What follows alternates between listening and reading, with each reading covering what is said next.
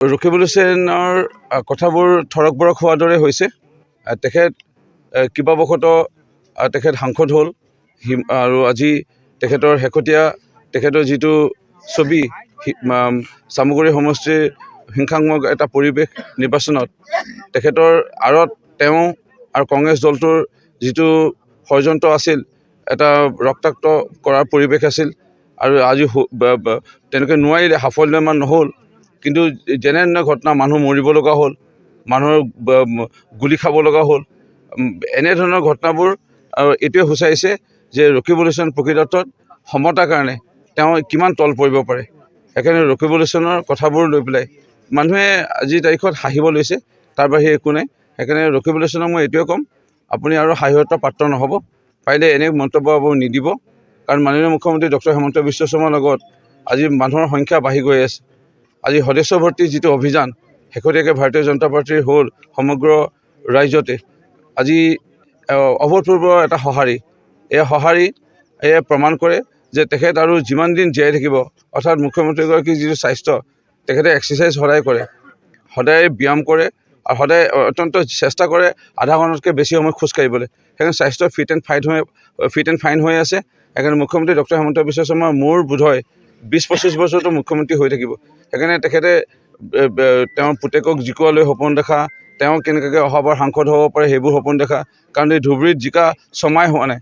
ধুবুৰী লোকসভা সমষ্টি ৰাইজে এতিয়া টিভি সামাজিক মাধ্যমত বাতৰি পৰিৱেশন হৈয়ে আছে যে তেওঁ ধুবুৰী ৰাইজে ভুলতে তেওঁক জোকোৱা নিচিনা হ'ল। এতিয়া বিপদৰ সময়ত তেওঁ তাত থিয় নোহোৱা এটা পৰিৱেশ, শেহতীয়াকৈ বানপানীত থিয় নোহোৱা এটা পৰিৱেশ, এই কথাবোৰে বুজা যায় ৰকিবুল হুছেইননো কি কৰি আছে। সেইকাৰণে তেওঁৰ কথাটো আজিৰ তাৰিখত মানুহে হাঁহিব লৈছে। ভাৰতৰ ৰাইজক তেওঁ ঠগবাজ কৰি পেলাই তেওঁ জিকিল। আৰু এই ঠগবাজ কেনেধৰণৰ ঠগবাজ আছিল যে তেওঁ প্ৰতিশ্ৰুতি দিছিলে ইয়াত সুখে দুখে ৰাইজৰ লগত থাকিব। কিন্তু এই অঞ্চলত য'ত আমি বৰ্তমান ব্ৰহ্মপুত্ৰৰ কাষত বৰ্তমান উপস্থিত আছোঁ, এই শোচাবাদ, এই অঞ্চলত তেওঁ আহিলে নাই। আমি হিচাপ কৰি এটা দিন ডায়েৰীত লিখি ৰাখিছোঁ, প্ৰায় 36 দিন বানৰ কবলত এই অঞ্চলৰ লোক আছিল।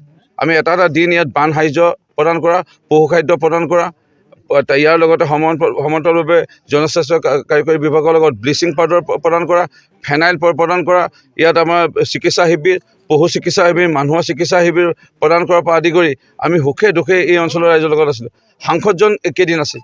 দ্বিতীয়তে আজি যোৰহাট দৰে হ'ব বুলি বিহালী যেতিয়া কৈছে, আমি বিহালী ৰাইজে জানে, লাহে লাহে বিহালী ৰাইজেও বুজি উঠিলে।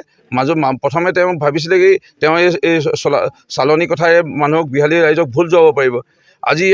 আজি শংকৰ জন্মোৎসৱ পাৰ হ'ল, ইয়াত বিভিন্ন ৰাস পাৰ হ'ল, বিভিন্ন দুৰ্গা পূজা পাৰ হ'ল, সকলোতে যোৰহাটবাসী ৰাইজে খুব মৰমীয়াল ৰাইজ।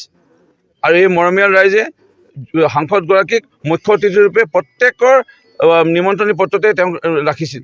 কিন্তু কেইটা অনুষ্ঠানত তেওঁ ভাগ ল'লে, কেইটা অনুষ্ঠানত আহি পেলাই মাত এষাৰ দিলে। টকা পইচা দিব পৰাটো ডাঙৰ কথা নহয়, কিন্তু মাত এষাৰ দিব আহিলে নাই, খবৰ ল'ব আহিলে নাই যে আপোনালোকে কেনেকুৱা প্ৰস্তুতি হৈছে, কিবা লাগিব নেকি, বোলে মোৰ দৰমহাৰ পৰা মই একো দিব নোৱাৰিম, বোলে আপোনালোকৰ বোলে কিবা এটা প্ৰসাদৰ কাৰণে বোলে 500 টকা এটা আঁচনিত দিছোঁ, 500 টকা এটা দিলে নাই।